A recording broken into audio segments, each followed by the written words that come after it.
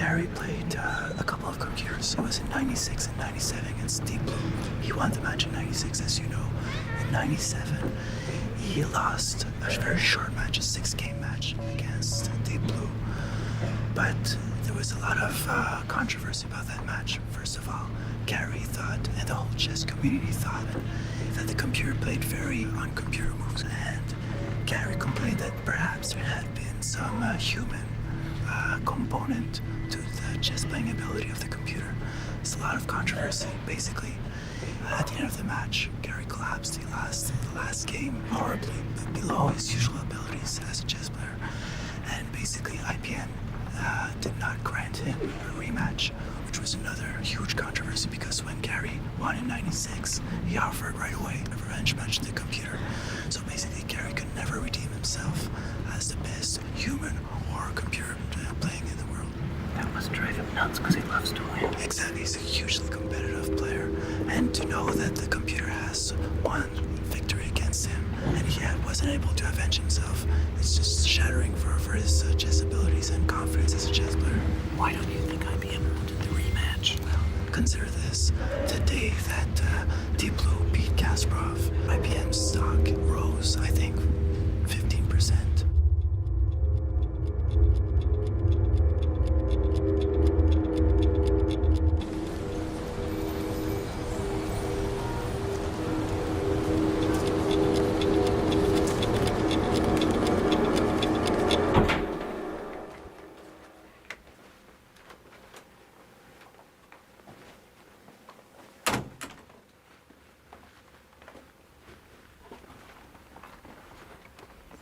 Looks different.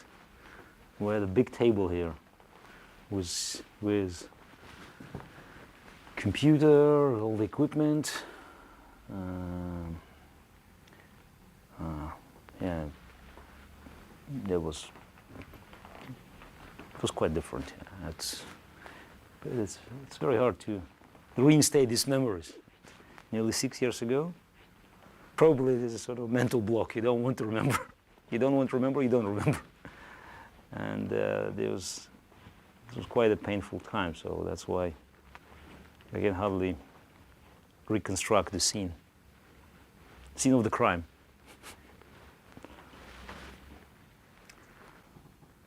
We had a table where we could put one computer, and then my coach was sitting with another laptop. And then we had a chess set, and it was pretty long. So we just occupied the center of the room. Those were not happy days. From day one we had so much tension. What are you doing? I felt like we were a bunch of amateurs, challenging the terrible, faceless monster.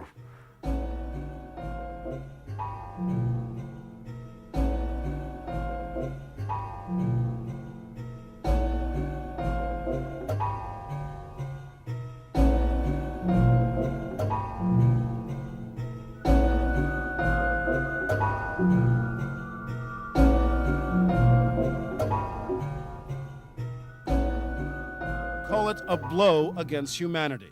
After 6 games over 9 days, Deep Blue, the IBM computer, beat Garry Kasparov, considered to be the best chess player in the history of the game. And whoa, Deep Blue, Kasparov. The great Russian champion was not a graceful loser.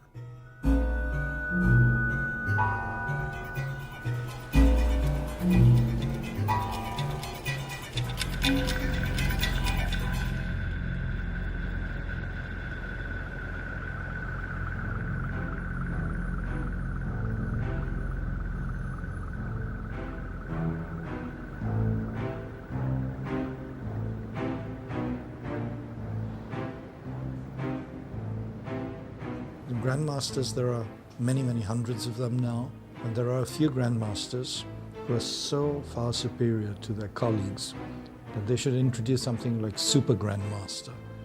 And one could argue that Kasparov also needs a category all to himself. I think we should call the category Kasparov, just, it's Kasparov. I think Gary has now established beyond any doubt that he's the strongest player in history.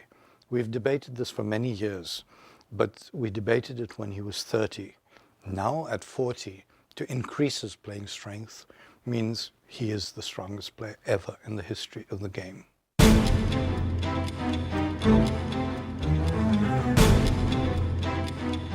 He's been on the top of the chess world for 15 years now, or 16 or 17, I don't know. He's always been substantially ahead of everyone else. So, it's a Kasparov.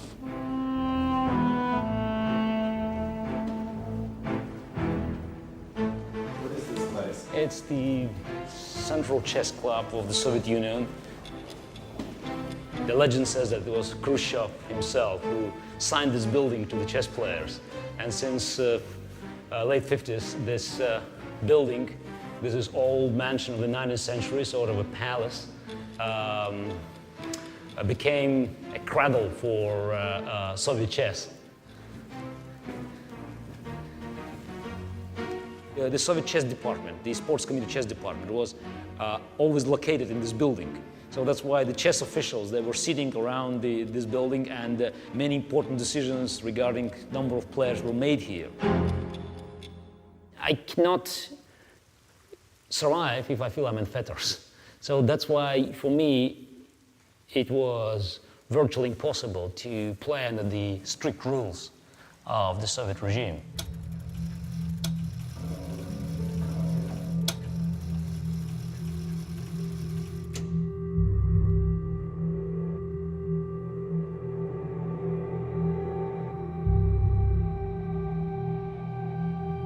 I started with a couple of colleagues building Deep Blue right from the very beginning.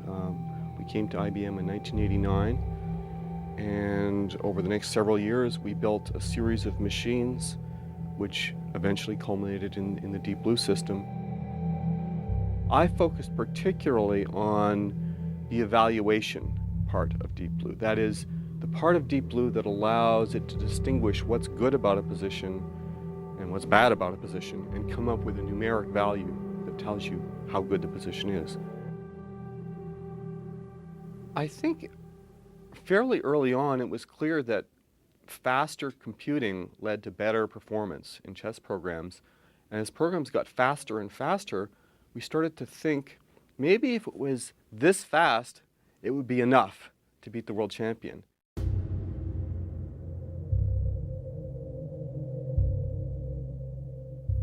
This is the die that's designed in 1985 to 1986.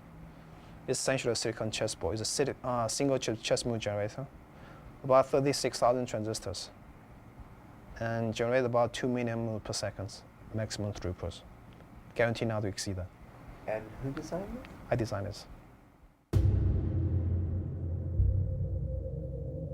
They asked me if I would be interested in helping to train the program to play against Kasparov.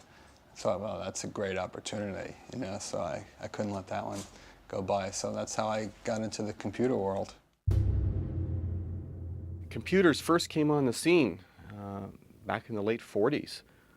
Scientists were thinking of grand challenges. What could computers do that was never possible before? And one of the first ideas that came out was, as a grand challenge, as a holy grail, how could you get a computer to play world championship level chess? Initially, everybody thought it's an easy problem. Computer can carry so much faster than a human being, right? It should be a piece of cake for the computer. It turned out it was much harder than that. What the real live chess player does is take in the whole position in one conscious awareness. And then really good chess players have an enormous capacity to remember entire positions on the board and to see possibilities. The machine doesn't do that. Computers play basically by calculation. They just say, okay, if it's my move, what are my possible moves? If I go there, then you can go there, and then I go there, and it just continues on in a string like that.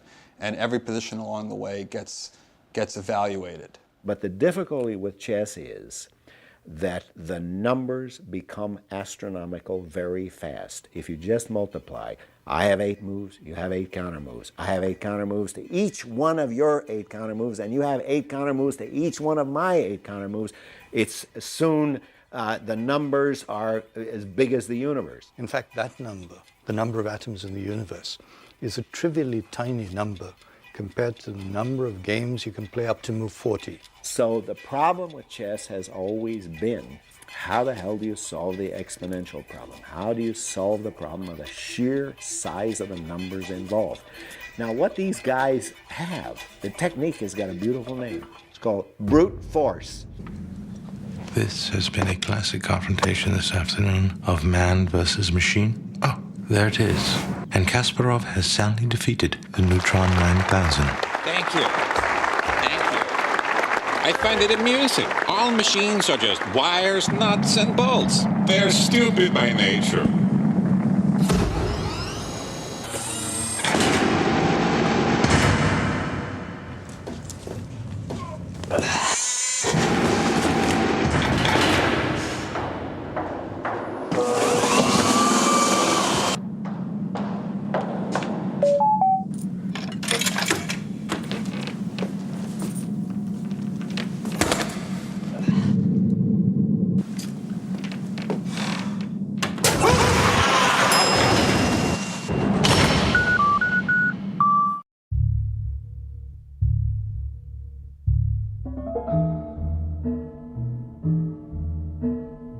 IBM produced something which was completely different. It was a program put into hardware. So they built a small chip which could do nothing but play chess, but it could do that extremely well. And this chip they duplicated, they made many hundreds of copies and put 200 of them into a machine and let them work in parallel. Deep Blue was running 200 million positions per second.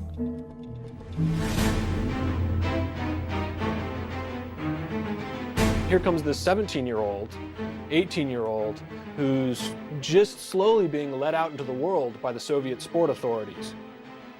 And Gary was just smashing people, very solid, senior, professional grandmasters who do not lose in 30 moves at all, ever, and certainly not to 17 or 18-year-olds who are just coming in and sacrificing 3 pieces. And these guys are getting up off the board going, I'm never going to play with him again.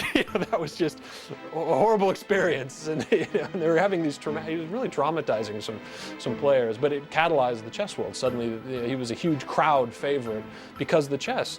It was just sensational chess to watch.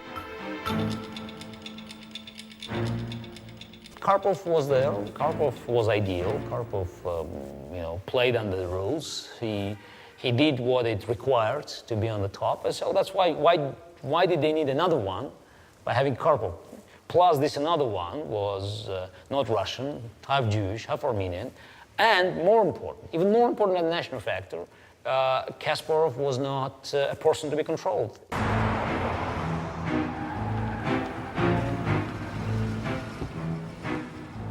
The Russians have always dominated world chess, and the latest world championship battle was between 2 of them, the holder Anatoly Karpov and his young challenger Garry Kasparov. Gary, what was all the fuss about? You mean on that World film? Championship match troubles? Yes, yes. It was an unforgettable day for me because I couldn't tolerate more. So that's what you were maintaining, that the whole chess establishment was in favor of Karpov at the time? Yes, because they wanted him to win. Yes, they have close connection for a long time, 10 years. You said to me upstairs that really there's a greater struggle off the chessboard than there is actually on it. Yes, they use very strange way, dirty tricks. Dirty tricks? Yes, dirty tricks, yes, under the table. It's, what goes on under the table? It's more convenient because nobody can see. Right. You're not saying that Karpov kicks you under the table, right? No. Yes, I hope I'm much stronger than him.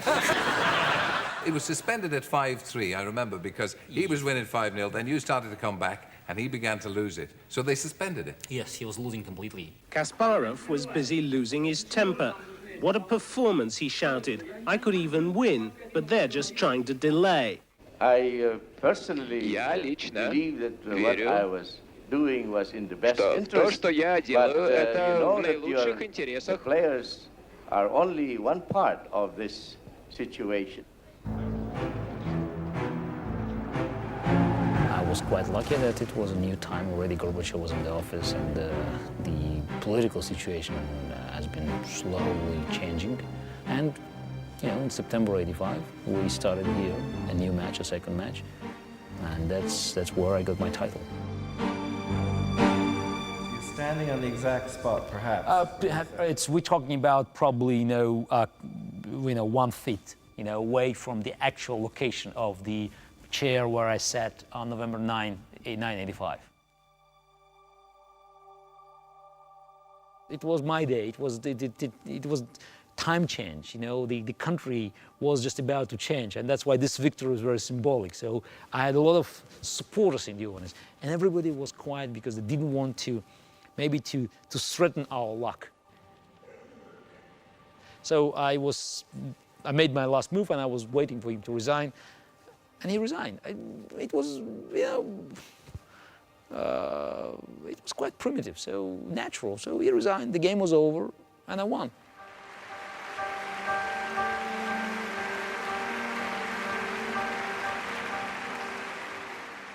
There was only one camera that shot me, actually, with my hands up. So one shot. Now I wish I had more time to go around, just to wave my hands, but it was one shot, and I walked away, I won. I walked away, and I noticed my mother, she nearly fainted in the audience. And there were many people here that couldn't believe that it has actually happened.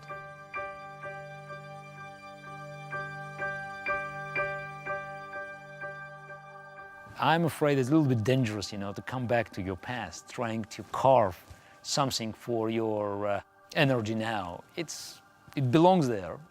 It's part of my life, it's part of the glory. It's a great history, I'm proud of it, but it's still history.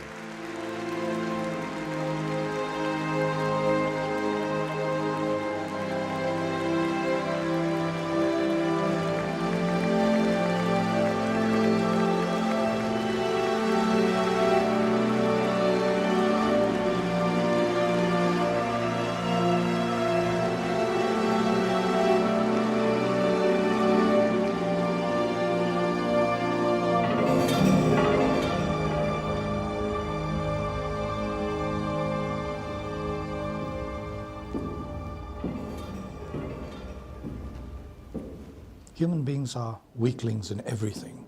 They can't run, jump, swim as well as a dozen animals. So we're weak and weaklings. But there's one area in which we have been supreme for millions of years. That's intelligence. Nothing has challenged us. Now, for the first time in the history of our race, something comes and says, hey, I might be smarter than you are, and it's a machine. I always felt that this match was really going to be one of the more important symbolic events of the 20th century. And if you look at the history of computers, chess playing and beating a chess champion was one of the things that computers were never supposed to do. Our first version of Deep Blue played Kasparov in 1996. And he was able to win that match by a score of 4-2. In '96, there was a great deal of camaraderie. It was all in this friendly atmosphere of, like, do you need anything? What can we do to help you? Did you get this? Did you get that? Did you got that? So all requests being met. There was no direct IBM involvement. IBM showed up later on when they just saw the tremendous response. They wanted to play a rematch. I said, okay, why don't we play? This is a poster that was posted around New York City during the 1997 match. It shows Kasparov with the caption, "How do you make a computer blink?" I think that's a very appropriate type of quote for this situation.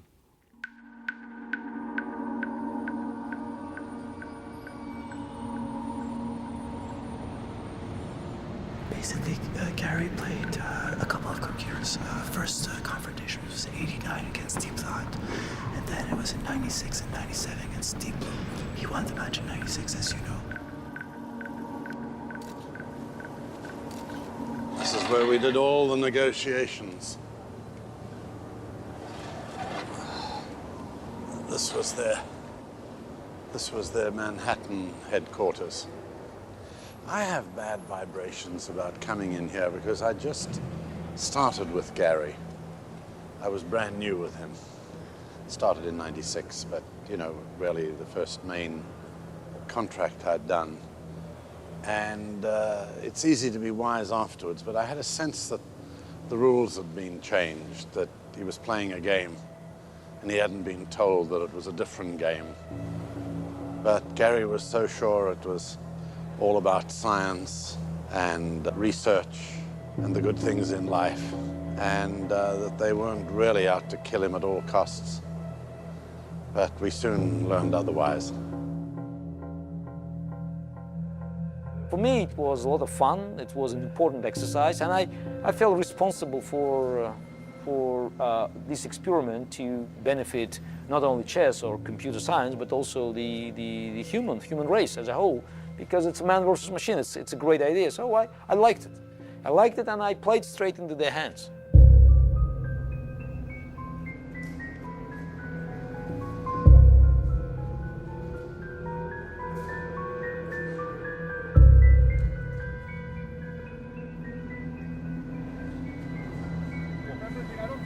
Time in the lobby, but I remember meeting you at the door. Yeah, I think we used the sideline. Yes, side entrance to go upstairs. And that was the main entrance for the audience. The audience was down there. I remember it was packed every day. Yes, it was very packed. Well, yes. they had assigned seats, and there was great interest. Well, I mean, come on, this was the match of the century. Yeah.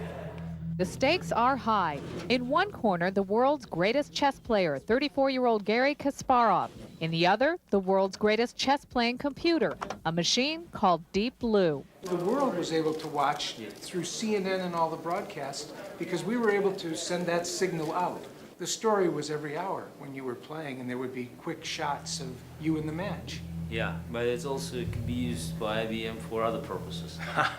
Connectivity of the building and all the technical equipment. It was full of technical equipment, yeah? Well, the computers were right up there on yeah, the but it was guarded by IBM, yeah? Yes, very much so. Well, they were very concerned. Yes, very concerned about anybody penetrating their room.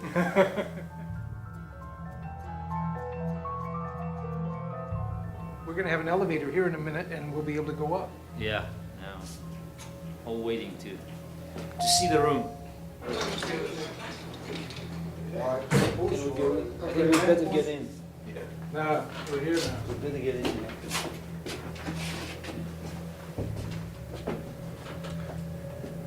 35. 35 is where the TV studio was.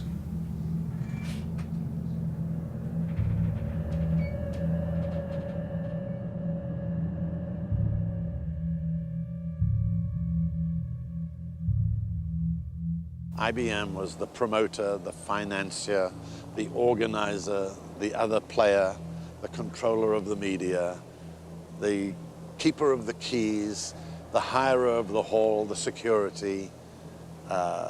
They even, you know, broke the rules. I mean, they would keep us out of rooms. They would lock, you know, one day I was locked out of his dressing room because I didn't have the right pass. They changed the passes on us.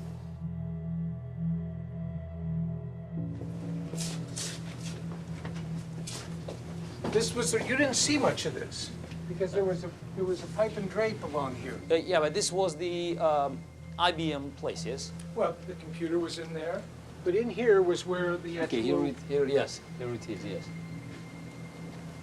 Here's where the match took place. Here the match took place, yes. There was a set. Yeah, I remember here it was set, and there was an area back there.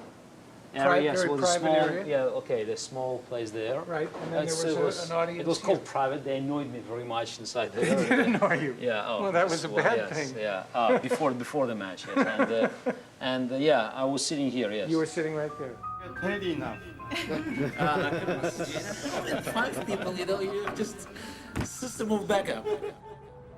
The machine was in a very mysterious room. It was locked up. We weren't even allowed to walk past that room. There were guards. What was happening in the room? Lots of grandmasters sitting around drinking coffee, smoking, talking, chatting, you know. So there was one other space here. Yeah, okay, one of the space, but I never had access. So it was as close as now. Right. That's the machine. It's locked now, and it's it was locked now, then. yes. Oh, it's not locked now. Not locked It's now. not locked now. But it was then. Yes, it was there, yes. Because we have a bolt lock on it. Yeah. So, And the terminal 1 was there. Right. So, and it was guarded. Right. So. And nobody was allowed there, except IBM staff. IBM people.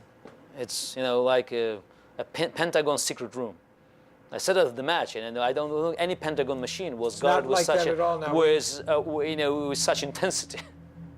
Without further ado, I would introduce you the team members that are bringing you this wonderful machine called IBM Deep Blue. Would you please stand up, Dr. Fanshan-Shu? We knew we were able to beat Grandmaster at regular frequency. Also, we had some surprise waiting for him. We spent a lot of time speeding up the system and improving its knowledge of chess. We also have our chess consultant, Mr. Joel Benjamin. Let's give them a hand. Deep Blue was just completely different. In fact, at various times we had calls from Gary that he wanted us to send a version of the program, and we thought, well, you know, if we did, he's just going to be more upset later because, you know, the computer is going to change. They had hired a whole series of grandmasters. I mean, here comes Gary Kasparov, and he says, wow, that's quite an assortment of grandmasters you got there. I see Aleska's over there, Joel Benjamin, John Fedorowicz, Nick Fermian. Man, these guys are really, really serious. I'm not just playing computer programmers. Radio. Mr. Kasparov, what do you believe is the biggest challenge you face as you go into this match, the single key factor that may determine the outcome? I think the single key factor is I have no information about my opponent. Why is that, that you don't get a look at any of these games? You ask the wrong person. In chess, you always know something about your opponent. Here, he knew nothing about the machine. He got 0 games in advance. In the end, they said, we don't have any because the contract said all public games. And they said every game Deep Blue played against grandmasters and others was in private, sorry. This time around, the intrigue of man versus machine is attracting even greater attention, but no one will bet on a winner. Kasparov says he's at the top of his game, but the computer is also in much better shape.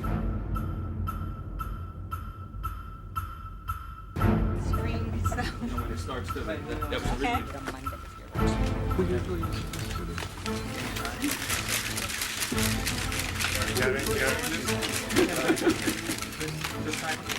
For the match, I think David Levy made a prediction that Kasparov won by 6-0. It wasn't completely out of the question, but it's scary to think about. If that happened, we would be in deep shit.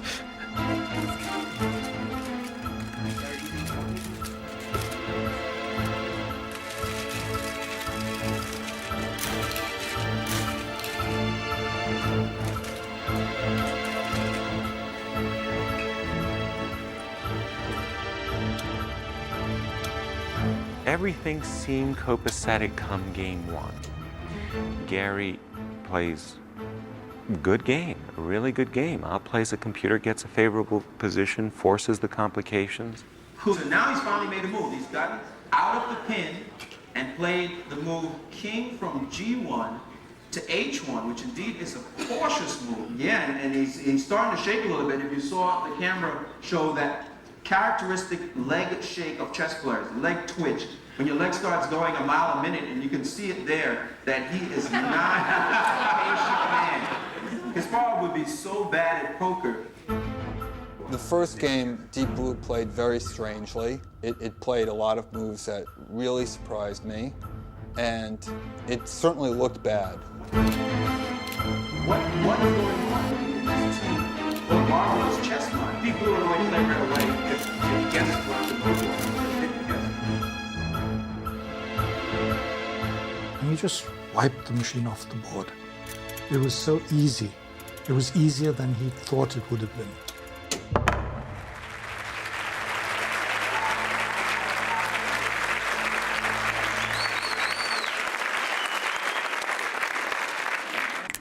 One zero. Gary again. He's, like, this is wonderful. Isn't life beautiful?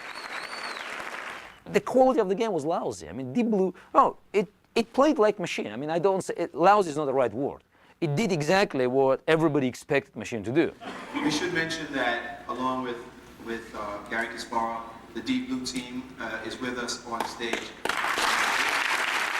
We lost the first game. But if you look at us, if you actually see the team, how we actually behaving, we were actually a fairly happy bunch. The reason for that, we were sufficiently comfortable. We know Deep Blue is sufficiently strong. So we just felt that if he kept on playing this strategy, there would be different results. And we just had to make a few minor adjustments to correct some specific flaws that occurred in game one. We have some work to do tonight. And another question from the audience? I didn't pay any attention because I thought, come on, this is the, I will beat the machine whatever happens because look at game one. It's a machine. At the end of that, it's stupid. The first game was so easy. He just won it, and in fact, we were baffled. We sat there at dinner saying, how could it be so easy? Something's wrong. They've developed it for a year now, and it's become much faster, and still it was so easy. And the second game, he got crushed.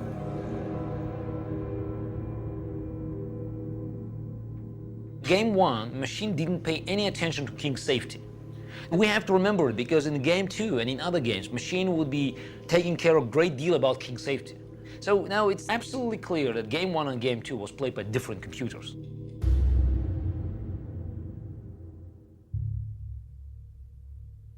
Game two was the pivotal game in this match when it became clear that they were not a team. This was not a partnership. This was a death match.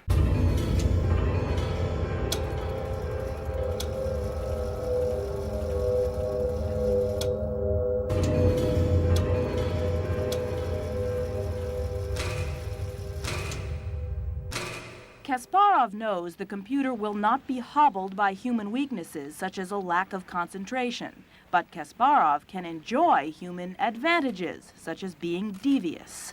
I can drag machine into the type of the positions where its computing power will be not able to give a right advice. Gary, using some wonderful anti-computer strategy, got a position where he blocked the position. This is what you're supposed to do against computers. Block up the position, computer won't know what to do, and the computer will play planlessly. What he didn't realize is that I spent months forcing it to play closed positions so that if ever gotten one, it would handle them better. And we spent an awful lot of time working on that specific problem. And Gary gets into a very difficult position, arguably a losing position. Yes, but I disagree with Fritz. What Fritz is saying... A lot of the people watching were thinking that Gary would probably get a draw out of it. These are not really the sort of positions that computers tend to play well, where they have a small advantage with no clear attacking lines. So now, machine sank in the deep thinking. So it spends 15 minutes, which is, it's already, it's already troubling because it's unusual, and it makes a move. Yeah, it got winning position.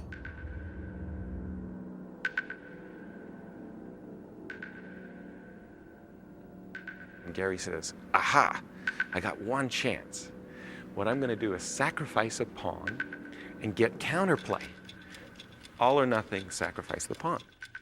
If the computer just plays like a computer and just goes to try to capitalize and win some pawns and be materialistic, Kasparov would be able to counterattack, and the computer wouldn't see that coming, because they usually just go after material, like a cat after a fish, and just say, okay, give me that now, it's mine, and I'm gonna get, and then that's how they get tricked sometimes.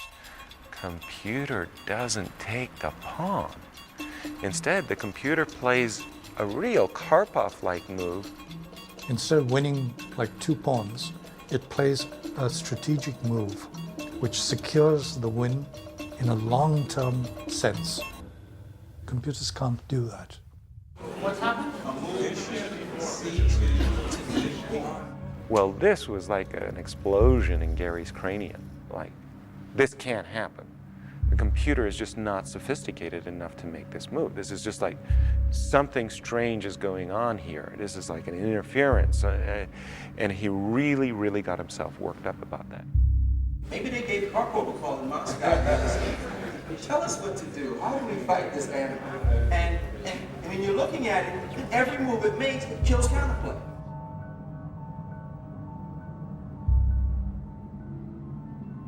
Computer's like coming in to Gary's position, like he's breaking through, you know, the dikes are broken, everybody's coming through. Oh no, it looks terrible.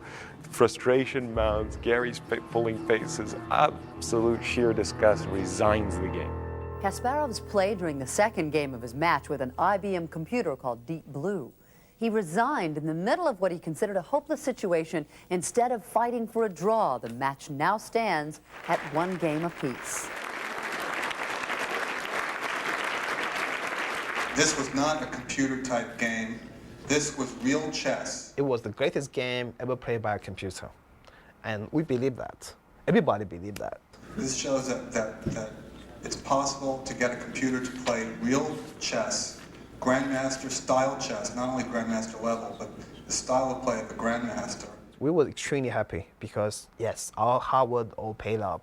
From the testing we did, I believed that it could do it, but this is actually the proof. In fact, that's the one particular hardware feature I put in like several months before just coming to play in that game. The programmers have spent a lot more time working on it, and they did, you know, probably 90%, you know, they put 90% of the puzzle in place, but my piece was maybe the 10% that put us over the top. I feel great.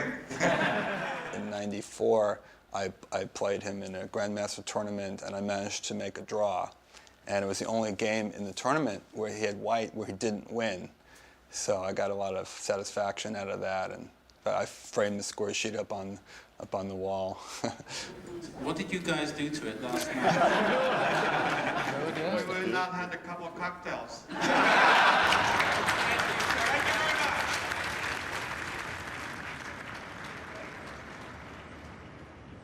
Then he came back and he said, how can this be? How can this be the same machine? It plays like a Potzer in game 1, and it plays like the greatest chess master and grandmaster in the world in game 2. It doesn't make any sense. Something's happening. Then he started looking at the game very intensely. Then he found a couple of moves which looked very strange. They were genuinely suspicious because, 1, it didn't play like a computer, it played like a human being. It wasn't that it played at a higher level than they thought it would play. It played differently from the way they thought it would play. It played like a person.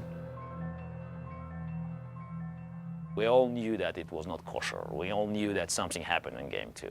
And when we looked, you know, we worked with our computers, very unsophisticated, you know, just laptops, you know, old version of Fritz, but there was no way, you know, the machines could even think of the same moves Deep Blue did.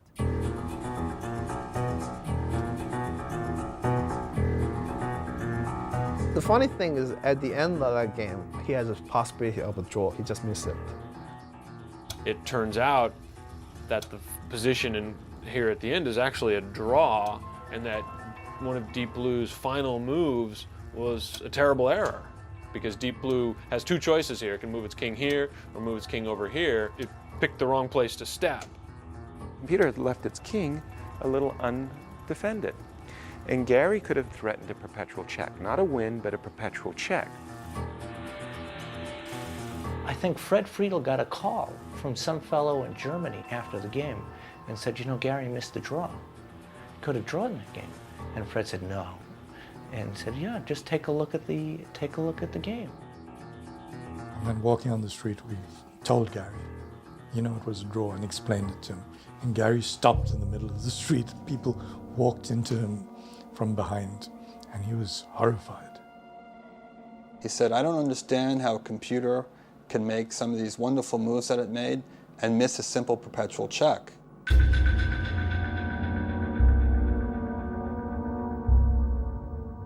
And the next logical thing to do was to ask, how could it play this? Explain this to me.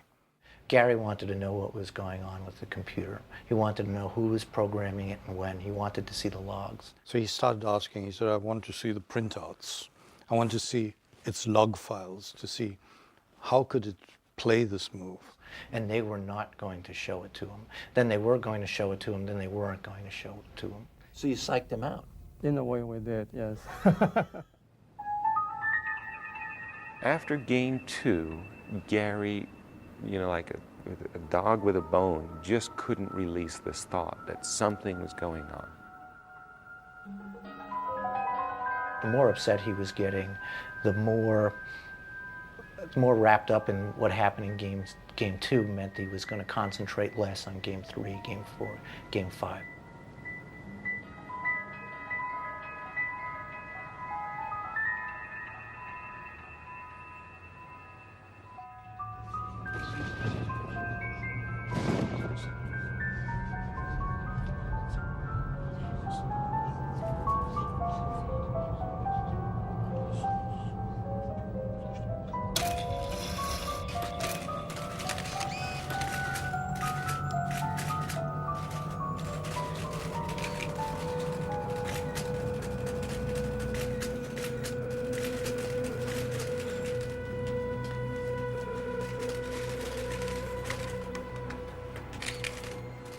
I have to tell you that, you know, game 2 was not just a single loss of a game. It was a loss of the match because I couldn't recover.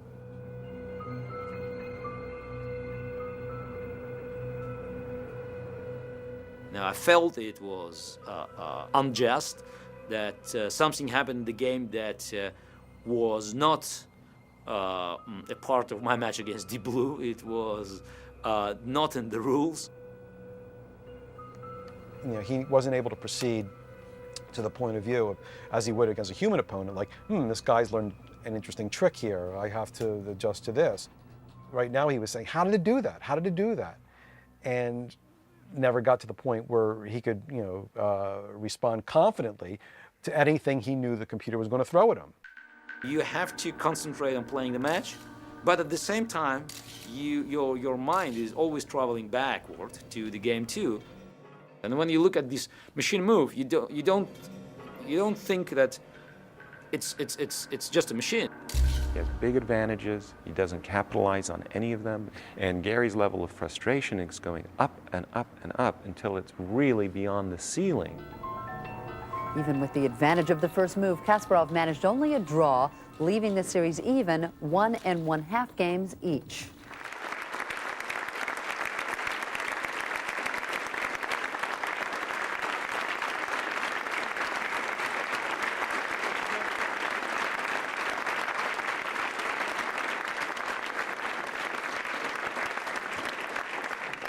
Gary, what's your take now on this new, deeper blue? Is it deeper?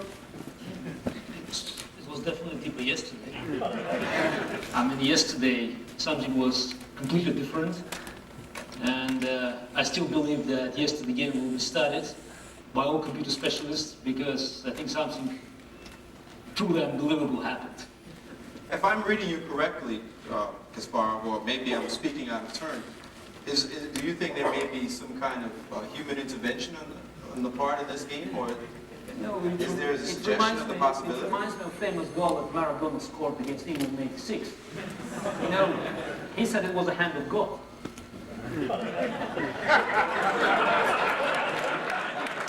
I've been to Europe enough to know what that meant. He was quite clearly accusing us of cheating. You know, it was not difficult to read between the lines. And I thought that was disgraceful. You know, I mean, of course it's supposed to be a friendly match, but even if it's not friendly, you just don't make an accusation like that, especially when you really don't have any evidence at all. It's definitely a mistake for Gary to give a position to Fritz or any other computer and say, this is computer behavior, and this is what Deep Blue must be thinking, or what Deep Blue would do. I think he's seen from the games that he's played against Deep Blue that Deep Blue is no ordinary computer. Deep Blue plays an entirely different level from any other computer he's seen. Some of the IBM public relations people said, well, you know, we want to try to keep this a friendly match, you know, and, you know, you shouldn't say things like that. And I said, okay, fine. But, you know, the guys on the team were high-fiving me. Maybe he should come to grips with the fact that Deep Blue can do a lot of things that he did not think were possible. I think, you know, I think this is not a very fair statement, because I fully understand better than anybody else the difference between Deep Blue and any other computer.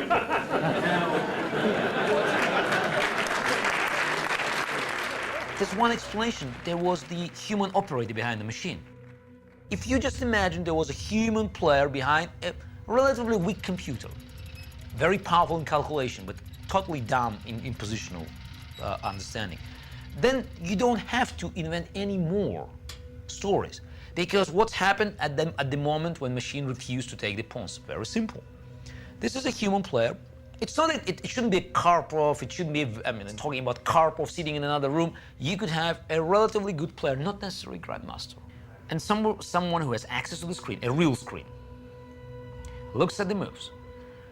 I mean, because machine is analyzing it, and you can see the main log. And suddenly in the main log, he or she, whatever, sees that machine is taking pawns, but the king is in danger. The human feels it. You don't have to be a strong player to feel it. So you cut the line. At least you have one red button which says, drop the main log. Bingo. So it's over. You cut it. You raise it. So then the second move comes to the top, which is a better move, because the human could see, oh, fine, it's a huge advantage for white.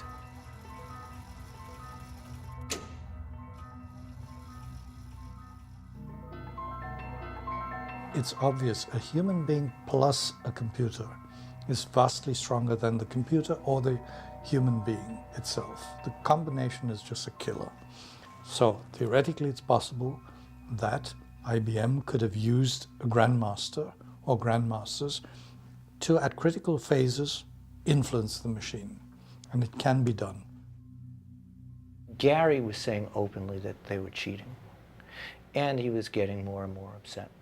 I was covering the Kasparov camp, so I reported what he said. IBM, which had given me all the assurances beforehand, because I don't do PR, I'm a journalist, and if they're just going to want me to do PR, I needed the money, but I don't need it that bad, I need my reputation. And they said, no, you can write what you want to write. Fine. So after game 2, when they started to raise these complaints and raise questions about the behavior of the IBM team, I wrote it. And they didn't like it. And they insisted that Fred Friedel's comments about Deep Blue come out, and Gary's accusations about Deep Blue come out. Still, I'm keeping my own opinion that game 1 and game 3, they are typical computer games. Game 2 was slightly different. Well, I think we'll leave it at that. Thank you guys. And in every press conference after game 3, he would get on the stage and start demanding, where are my printouts? I want to see the logs of game 2. IBM's team had dug in its heels and refused any kind of compliance. And Gary says, well, we're experimenting here, guys. Come on, you know, give me a break, cut me some slack. It's rather improper to be asking to see exactly what your opponent was thinking. That would be like Kasparov saying to Karpov, okay, I want you to write an essay on every variation that you looked at during this game. You know, that goes too far.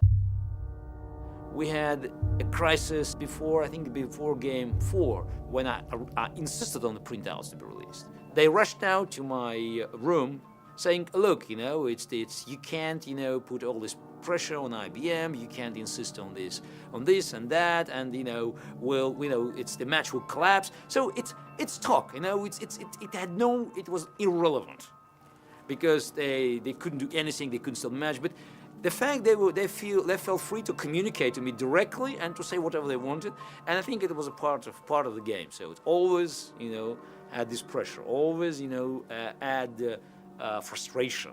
Every day it was something new, and they were just playing with his mind, more pressure.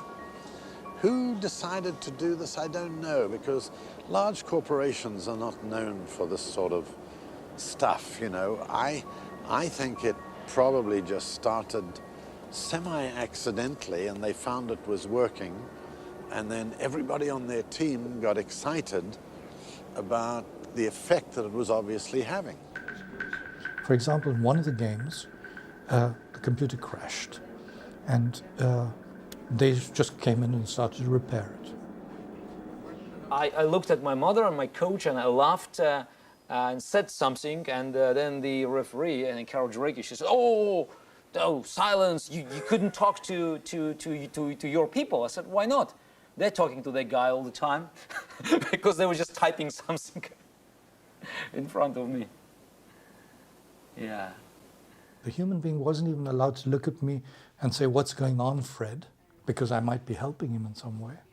Whereas the computer, there were people around it doing, nobody knew what was going on there. And then it got to the point that before game 4, he quit. That was it, the match was over. And they had to convince him to come to the table. Nobody ever said anything about that publicly. I don't even think that's been reported anyplace. But he was fed up.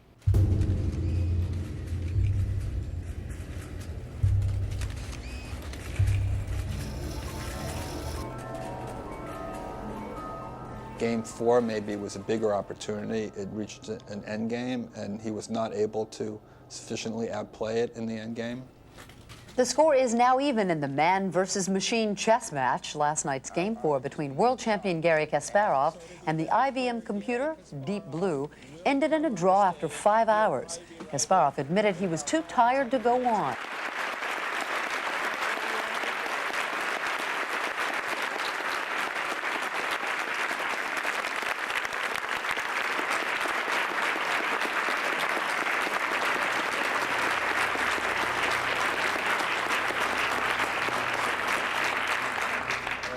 Chess players tend to believe, and have always done this, that the opponent is using some forces against them.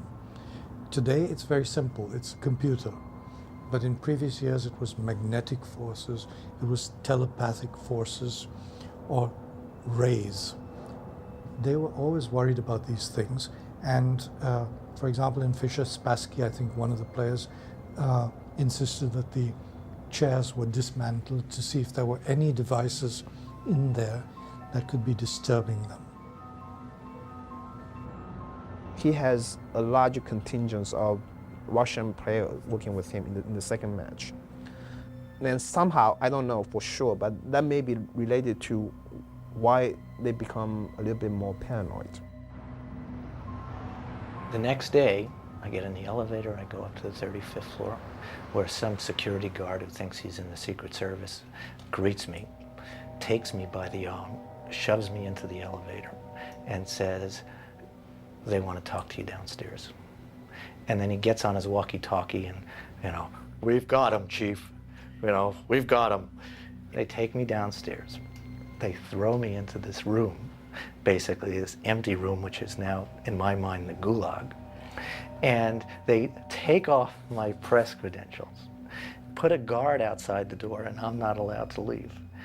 Finally, somebody comes in and explains that story that I wrote, the original story, got onto the web unedited. What happened was there were 2 versions of the story.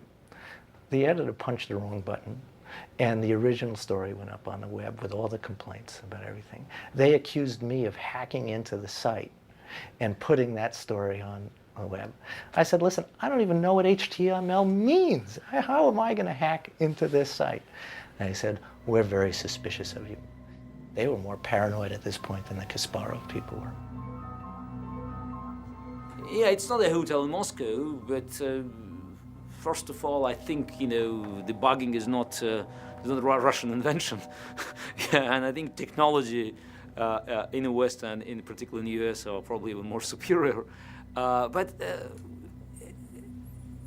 if we press the subject, any further, people will say, yeah, they've got paranoid because, people behind the stage helping Deep Blue,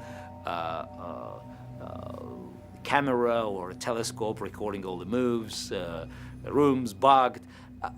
Look, some of them might be true, some not, I don't know, but I don't have any proof, and I don't want even to go much into these details. It's just to demonstrate the way the people felt during the match. Fred, what are you doing?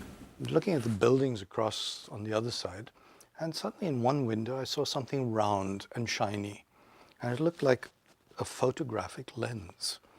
So I went to another window and looked out, and Gary said, "What are you doing?" And I said, "Well, just let me look."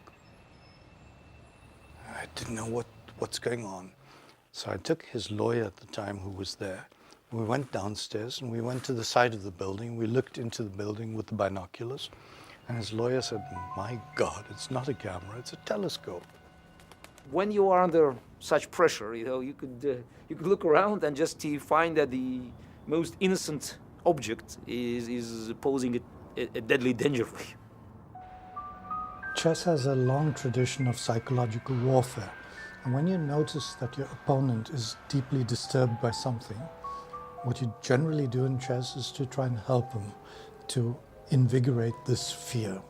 For example, if you can see that he's being disturbed by nicotine, by smoke, you put a cigar on the table.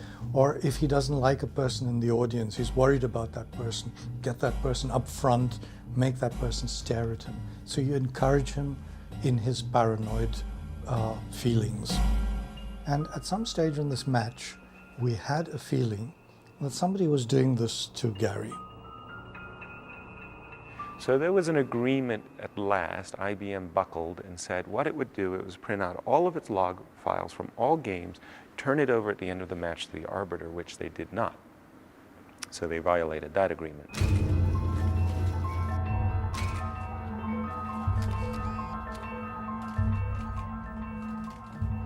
Deep Blue and Gary Kasparov, the world's chess champion and the IBM supercomputer, played to a draw in yesterday's fifth match. Some said Kasparov played more like a supercomputer and Deep Blue more like a human. There are one game each and 3 draws going into today's final match, in which Deep Blue has the advantage of making the first move. Winner gets $700,000, the loser $400,000. Forget the $300,000, says international chess master Maurice Ashley. The future of humanity is on the line. Now the weather. By this point, pretty much everybody knew what was going on, tensions backstage. When Gary walked on the stage after Game 5, and he was exhausted and you can clearly depressed, they gave him a standing ovation. And I thought he was going to burst out into tears. It was one of the most moving moments I've ever seen in my life. It was amazing.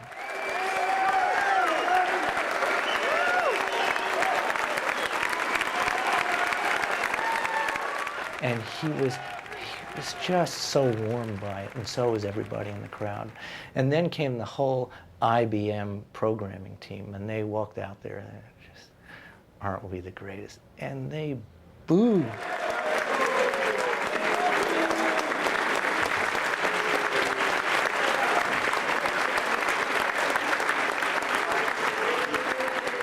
I'm hearing you speak almost as if the match is over, but there's a big, big game tomorrow. Are you going to be cautious tomorrow, or are we going to be looking to win with the black pieces, not tie this match up? I'll try to make best moves.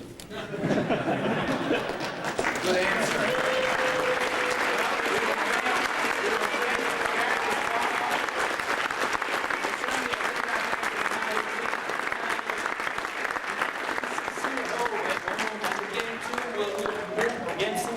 More than game 1 or game 4 or game 5, but not game 2.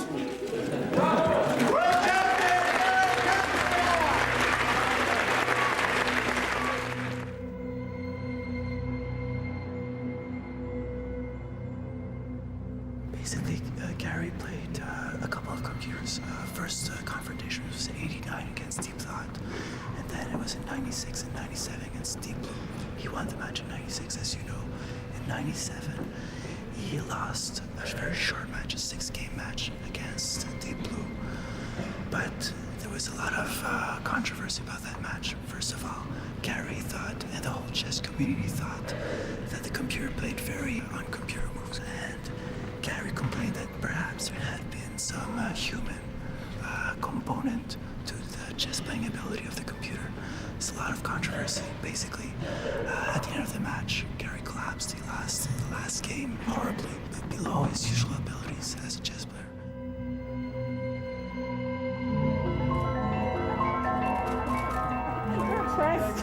Thank you.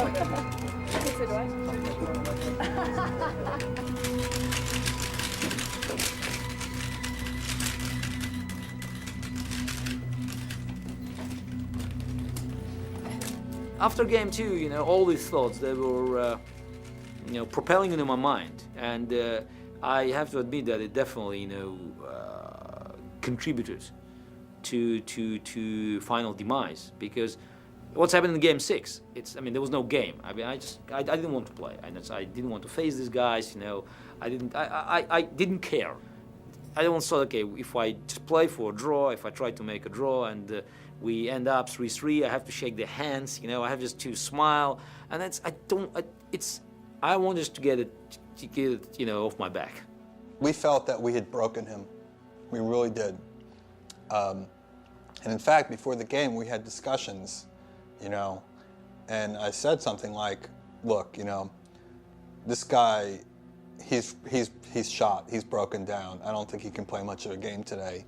I couldn't play when I just felt that we were dead meat. So it's to be like a sitting duck here.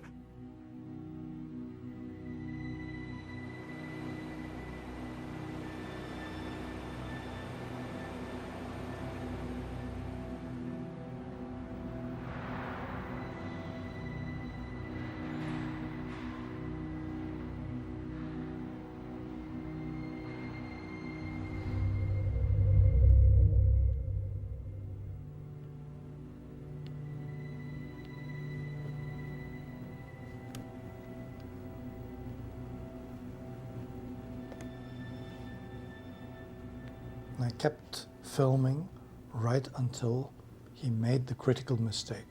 And there's a lot of speculation on whether he'd planned this, what he'd overlooked, when he overlooked something. And I think you can tell exactly what happened because there's a time frame running with it. You can see how many seconds he spent on each move, and you can see exactly at which point he realized, I'm going to lose this game. His head sinks into his body, and you can see he has given up. He's going to lose this game.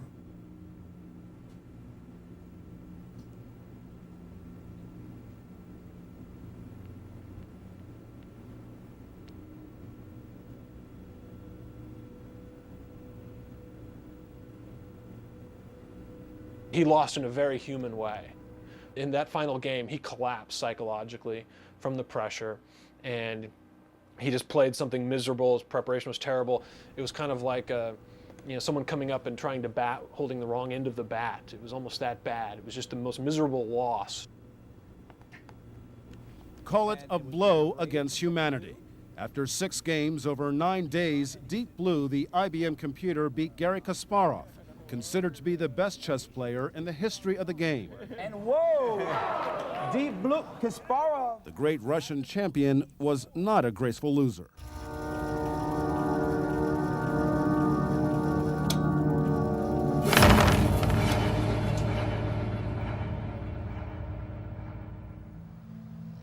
Remember one thing, Deep Blue didn't win this match. Garry Kasparov lost it. In the very last game, he just gave it to them. They didn't win. The match, that last game, was won by Deep Blue before it had started to calculate a single move.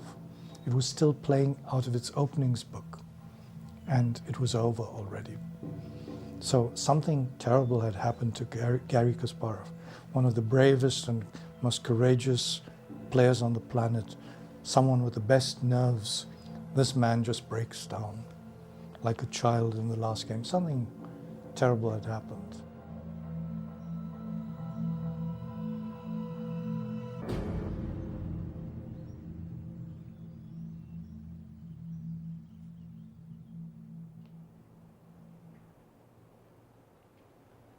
Yeah, I remember I had a chair over there in this small section, corner section. And when Game 6 was over, I was sitting there, not in a very good mood.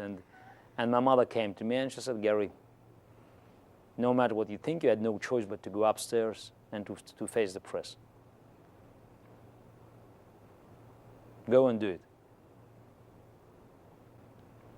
Be a man. Okay, so I'm a professional.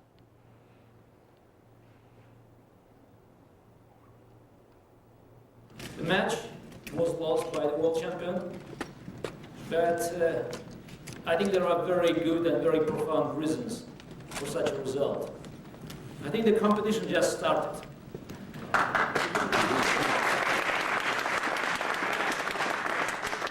I made one big mistake before this match.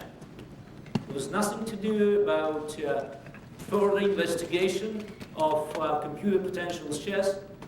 There was one zeal to beat Garry Kasparov. And when a big corporation with unlimited resources would like to do so, there are many ways to achieve the result. The IBM PR people told us that we should not smile.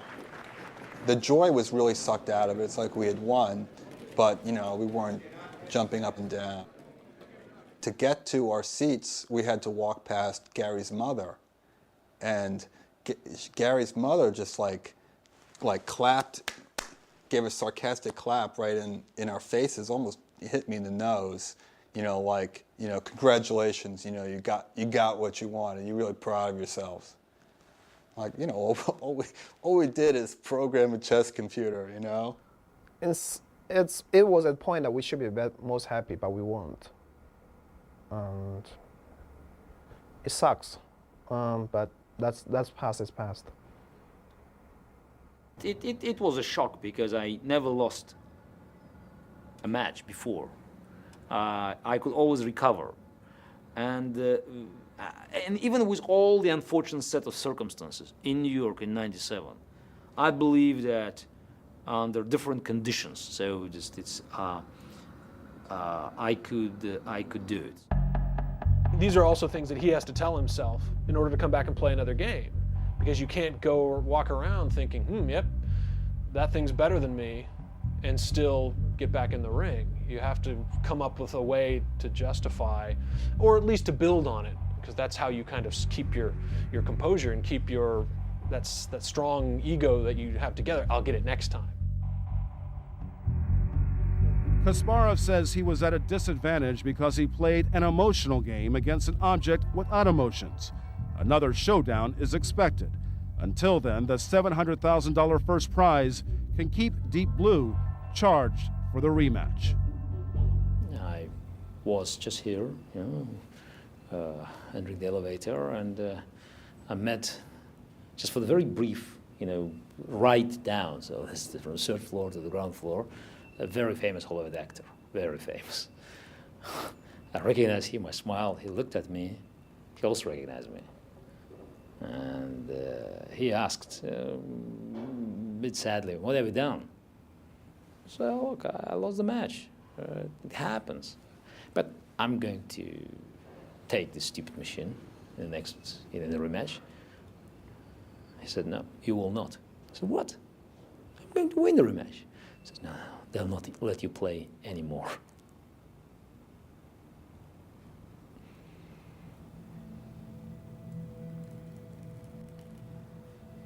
Consider this, IBM's stock rose, I think, 15% the month that Deep Blue beat Kasparov.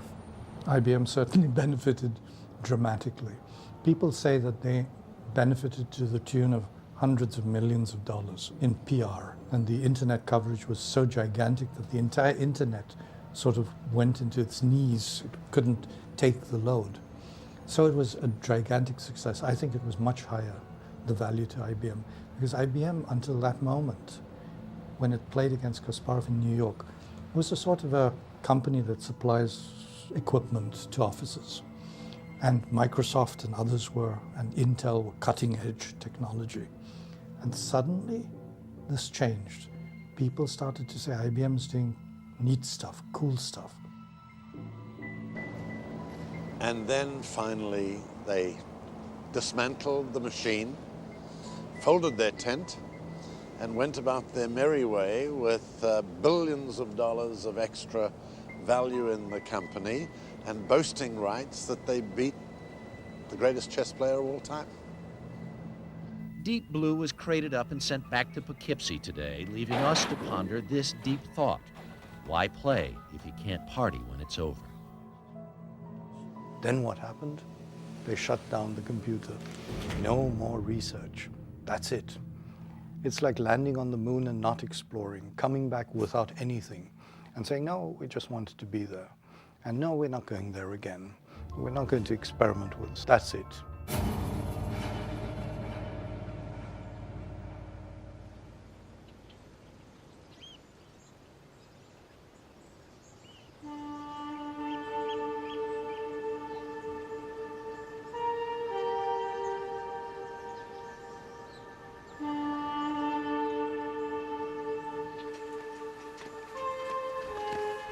Gary is an elephant. He's not going to forget what happened in 1997, lost to Deep Blue. About 3.5 years after this disaster against Deep Blue in New York, Gary had a second disaster, which was his match against Kravnik. It was a defense for the World Championship.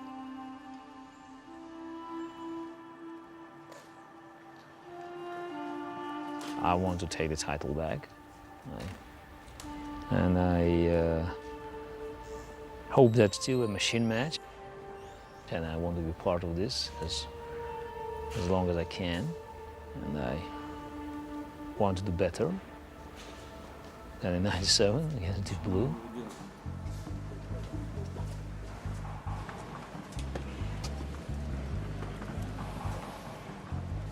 It's a comeback is also very powerful performance.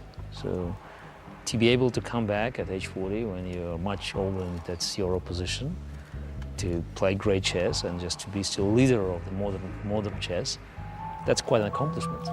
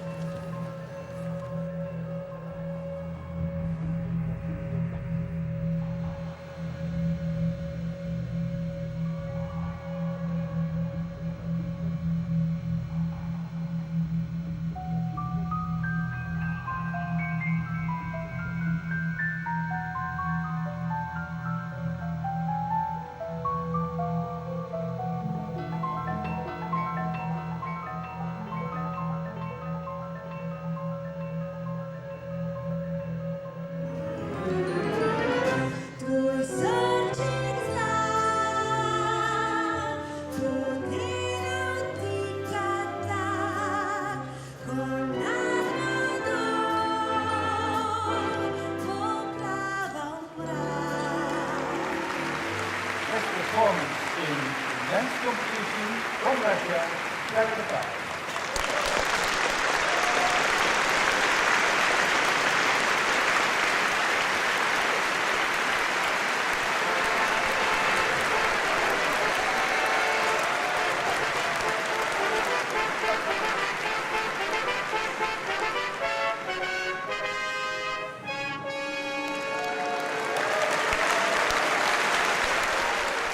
It's not about winning a title that I didn't have. I had all of them. In fact, I won everything probably already, but there are plenty of opportunities to come back. I think it's about re-establishing my own authority and in chess and keeping myself going, because as long as I'm playing and playing well, I feel good.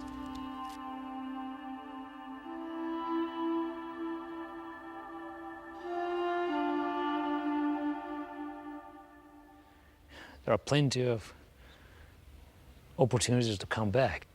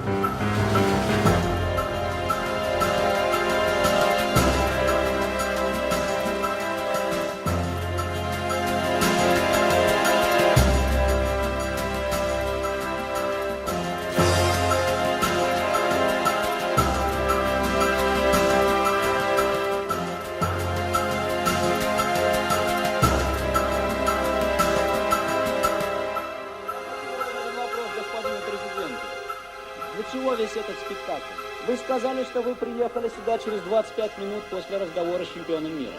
И он был против того, чтобы матч прекращался. Вы прекрасно знали мою точку зрения, что я тоже...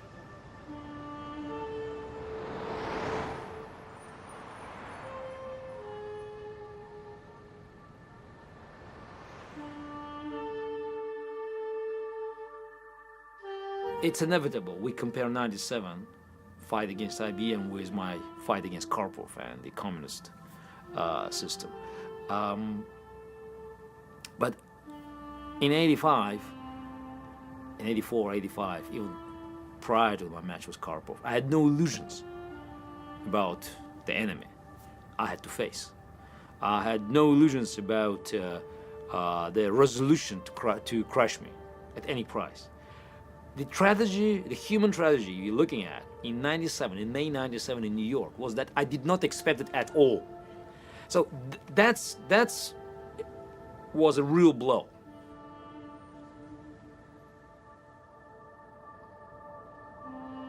I think that the match had to be placed into the context of the general corporate ethics. Before Enron collapse, this kind of behavior was widely accepted by the general public. The public never questioned this trust in the corporate behavior because it liked the results. Now we recognized, we as a public, that the corporation must be as responsible to the public as the government.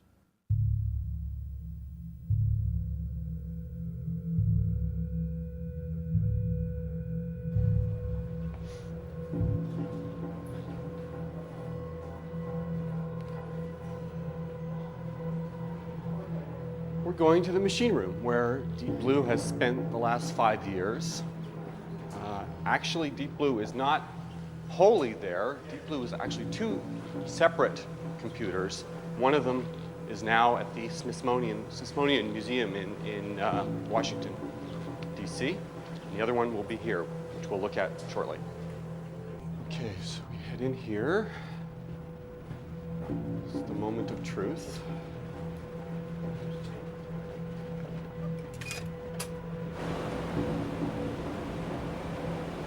And right over here is Deep Blue.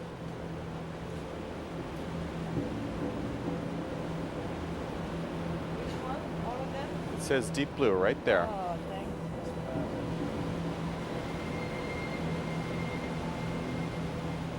His brother used to live right there next to it. I have to have a key to open it. I think it's locked. Let me just... I think...